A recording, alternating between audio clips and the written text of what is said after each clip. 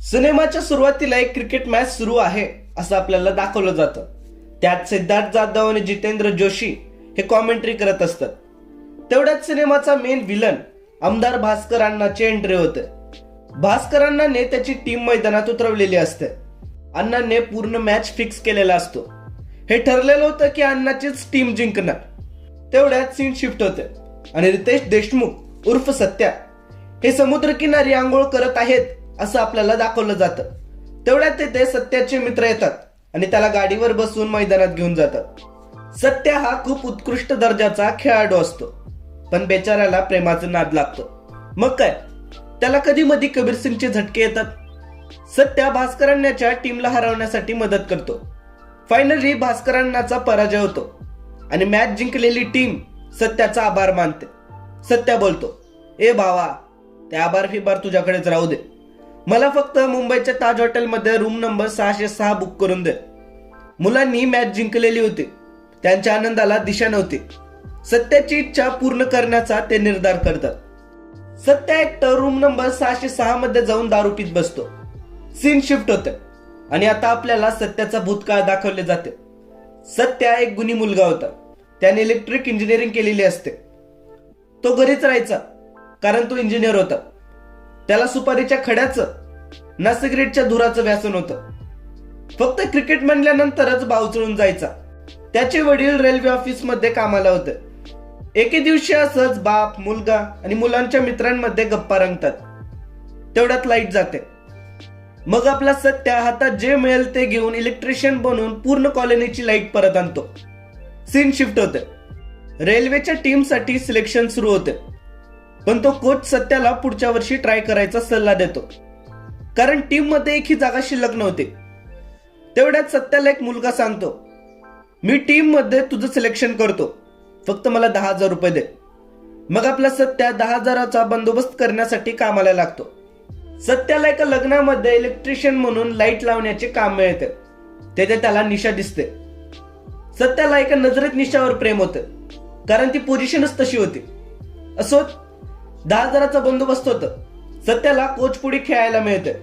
सत्याचा खेळ बघून कोच आकर्षित होतो. आकर्षित नाही, प्रभावित होतो. नंतर सत्या निशाला प्रेमाच्या जाळ्यात अडकवतो. मग काय, डुएट गाणं सुरू होतं. वेड तुझा प्रणय हळवा हे गाणं वाजतं. ते दोन्ही लव बर्ड्स घूमते फिरते खाते पिते, म्हणजे वो अपना आयुष्य अच्छे से जी रहे थे. पण तेवढ्यात भास्करांची वाईट नजर निशावर पडते. तो एक प्लॅन बनवतो. त्या प्लॅन नुसार गण्या नावाचा अण्णाचा पंटर सत्याच्या जवळ जातो आणि त्याला बोलतो, क्या सत्या भाई, क्या कर रहे तुम? भाभी को ऐसे ही रोडा पे घुमा रहे ले? ऐसा नहीं ना करना. ये लो, हमारे पक्ष कार्यालय की चावी लो. हम 2-4 दिनों के लिए यात्रा को जा रहे ले, तो तुम एंजॉय करो. सत्या भाई ती चावी ठेवून घेतो. मग दुसऱ्या दिवशी सत्या निशाला घेऊन त्या कार्यालयात येतो. तेवढ्यात तिथे भास्करांची एंट्री होते. भास्करांना सत्याला बोलतो, ए बाळा, चल निघ, चल. तिला राहू दे, तू निघ, 1 तासानंतर ये, चल. हा, चल चल. हे ऐकल्यानंतर सत्याचे डोळे लाल होतात. धोका, माझ्यासोबत धोका झाला हे सत्याला लक्षात येते. मग तो एक चाकू घेतो आणि भास्करांच्या मिशीवर हल्ला करतो आणि निशाला घेऊन तिथून निघून जातो. भास्करांची मिशी कापली जाते. मिशी एका मर्दाची आन बान शान पान. मिशीवर झालेला हल्ला अण्णाकडून सहन केलं जाईल असं तर होणारच नव्हतं. मग आपला अण्णा निशाच्या वडिलांकडे जातो आणि बोलतो, साहेब, आमच्या गल्लीतला सत्या नावाचा एक छपरी मुलगा तुमच्या निशाच्या मागे लागलाय. नवल म्हणजे तुमची मुलगी त्या टिकटॉकवर छपरी सत्याच्या नादाला लागलीय. सांभाळा तिला. त्या सत्याने अशा कित्येक भोळ्या मुलींचे आयुष्य बर्बाद केलंय. निशाच्या वडिलांना भास्करच्या बोलण्यावर विश्वास बसतो. मग ते भास्करला बोलतात, भास्कर बेटा, तुझ्या मुंबईमध्ये चांगल्या ओळखी आहेत ना? मग तुझे 4-5 पोरं घेऊन जाऊन त्या सत्याला 4-5 फटके मार ना बेटा. सत्याला चांगली अद्दल घड. मग भास्करांना बोलतो, हो काका, मी बघतो, डोंट वरी. भास्करांना सत्याला 4-5 फटके मारायचं नाही तर त्याचा गेमच करायचं प्लॅन बनवतो. तो प्लॅन निशा ऐकत आहे. सत्यावर हल्ला होण्यापूर्वीच निशा सत्याला ताज हॉटेलच्या रूम नंबर 606 मध्ये घेऊन येते. निशा बोलते, सत्या, मी माझ्या वडिलांना आपल्या लग्नाबद्दल कन्व्हिन्स करते. तू तोपर्यंत इथेच राहा. इथे तू सुखरूप राहशील. मग ते निघून जाते. नंतर निशा तिच्या पूर्ण परिवाराला घेऊन मुंबई सोडून दिल्लीमध्ये शिफ्ट होते. बिचाऱ्या सत्याला माहीतच नसतं की ते आता कुठे राहत आहेत. म्हणून सत्या ताज हॉटेलच्या रूम नंबर 606 मध्ये येऊन कबीर सिंगच्या आत्मेला स्वतःच्या शरीरामध्ये संचारण्यासाठी बोलावत असतो. सीन शिफ्ट होते. आता आपण वर्तमान काळात आहोत. सत्याचे डोळे उघडतात. त्याला समजते की तो ताज हॉटेलच्या रूम नंबर 606 मध्ये आहे. कोणीतरी दरवाजा वाजवत होता. सत्या जाऊन दरवाजा उघडतो. तेव्हा त्याला त्याचा एक मित्र दिसतो. तो मित्र बोलतो, सत्या भाऊ, भास्करांनाचे पोरं वहिनीची छेड काढत आहेत. ते ऐकल्यानंतर सत्याच्या अंगात कबीर सिंग 1.0 वर्जन संचारतो आणि मग तो अण्णाच्या पोरांना असं मारतो, तसं मारतो, कसं मारतो काय सांगू तुम्हाला. से मारा, घूंसों से मारा, जूतों से मारा, किसी की नाक तोड़ी, किसी का मुंह तोड़ा, किसी का सर तोड़ा. वो देखिए सब कुछ तोड़ दिया. मारामारी संपल्यानंतर सत्य आणि भास्करांना हे दोन्ही पोलीस स्टेशन मध्ये आहेत असं आपल्याला दाखवलं जातं. तेवढ्यात एंट्री होते सत्याची बायको, बोलतो धर्मपत्नी श्रावणीची. ती पोलीस स्टेशन मध्ये कंप्लेंट करते व सत्याला घेऊन तिथून निघून जाते. आता सत्या तो पहिल्याच्या सारखा गुणी सत्या राहिला नव्हता. तो आता गल्लीचा डॉन बनला होता. गल्लीचा डॉन म्हणजे गल्लीत दारू पिऊन लोळणारा फिरणारा व्यक्तिमत्व. सत्या त्याच्या पत्नीकडून पैसे घेत आणि त्या पैशांची दारू पित, ही अशी त्याची रोजची दिनचर्या होती. एके दिवशी दारू पित असताना सत्याच्या मनात विचार येतो, आईला किती दिवस बायकोच्या पैशांवर दारू प्यायचं. काहीतरी केलं पाहिजे. स्वतःच्या पैशांनी दारू पिली पाहिजे. प्रत्येक कामचुकार, बेरोजगार, बेजबाबदार नवऱ्याच्या डोक्यात जर असा विचार जर आला तर त्याच्या पत्नीसाठी हे जग जणू स्वर्गच बनेल. असो, सध्या दिल्लीत नॅशनल क्रिकेटर टीमच्या क्रिकेटर्सना ट्रेनिंग देण्यासाठी म्हणून म्हणजे कोच म्हणून तो दिल्लीत जॉब करायचं ठरवतो. यासाठी सत्याचे जुने कोच त्याला मदत करतात. शेवटी सत्याला दिल्लीत नॅशनल कोच म्हणून जॉब मिळते. तेथे मुलींची क्रिकेट ट्रेनिंग पाहत असता एक खुशी नावाची क्रिकेटर खूप छान क्रिकेट खेळते, पण ती खूप अग्रेसिव्ह असते. ती कोचने सांगितलेले कोणतेही नियम फॉलो करत नाही. सत्य तिला टीमच्या बाहेर काढतो आणि बोलतो, मी सांगितलेले रूल्स जर फॉलो करायचे असतील तरच तुला टीम मध्ये खेळवलं जाईल, नाहीतर तुला टीमच्या बाहेर काढलं जाईल. कळलं का? मी सांगतो ते फॉलो करायचं. ती खुशी सत्याकडे खुन्नसने पाहते आणि आपल्या आजोबांना सत्याची कंप्लेंट करते. तिचे आजोबा स्टेडियमवर येतात. खुशीचे आजोबा हे दुसरे तिसरे कोणी नसून निशाचे वडील होते. सत्या त्यांना पाहतो आणि बोलतो, का माझं आयुष्य बर्बाद केलं, का निशाला माझ्यापासून लांब नेलं.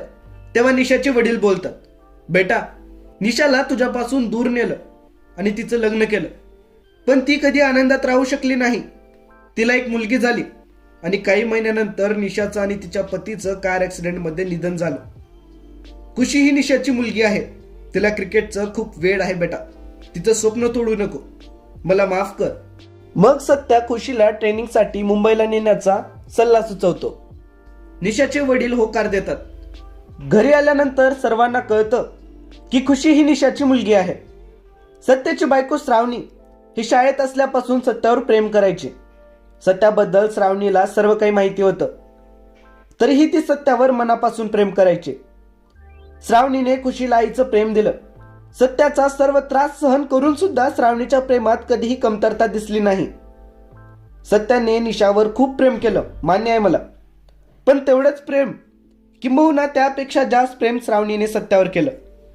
सत्याला निशासोबत प्रेमाचे काही क्षण घालवता तरी आले, पण श्रावणीच्या नशिबात सत्याचं प्रेम नव्हतंच.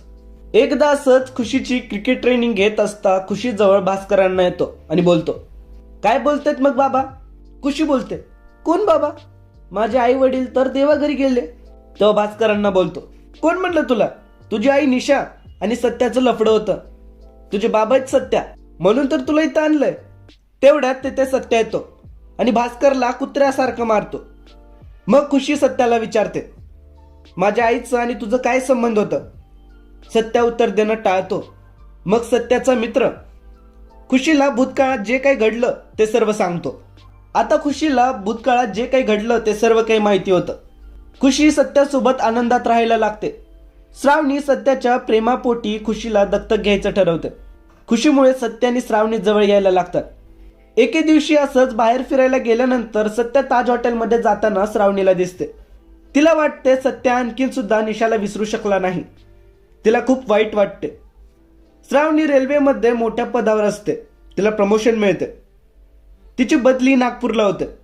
सर्वजण तिला नोकरी सोडायला सांगतात, पण श्रावणी नागपूरला जायचं ठरवते. सर्व घरातले दुःखात असतात. सत्या श्रावणीला सोडायला रेल्वे स्टेशनमध्ये येतो.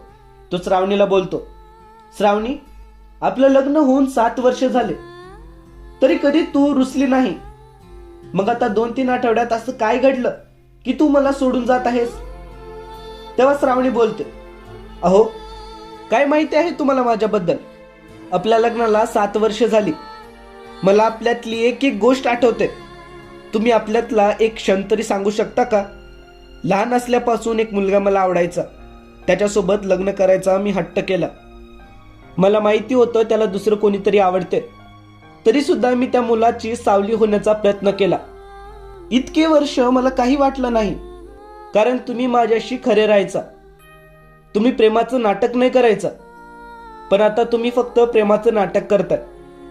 ज्याचं आपल्यावर प्रेमच नाही, त्याच्यावर प्रेम करायचं दुःख तुम्हाला नाही कळणार. श्रावणी तिचं सामान उचलते आणि रेल्वेच्या दिशेने निघते. सत्याला वाईट वाटते.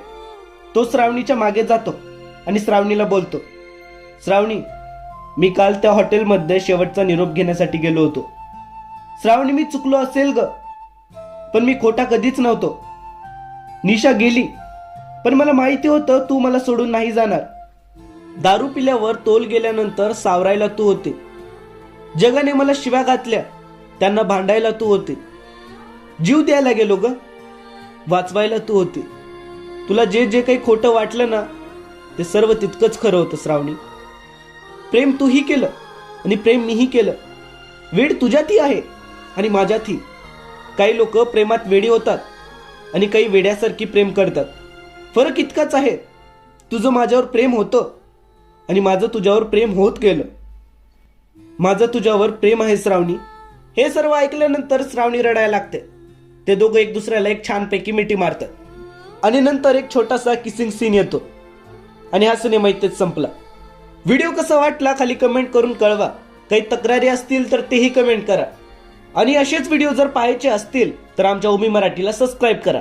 आणि सबस्क्राईब केल्यानंतर एक गोष्ट लक्षात ठेवायची, काय? बेल आयकन क्लिक करा बाबांनो. तुम्ही बेल आयकन क्लिक नाही करत, नंतर तुमच्याकडे नोटिफिकेशन येत नाहीत, नंतर परत माझ्या नावाने बुमा मारता, व्हिडिओच नाही टाकत. असोच भेटूयात पुढच्या व्हिडिओमध्ये. तूतास. जय महाराष्ट्र.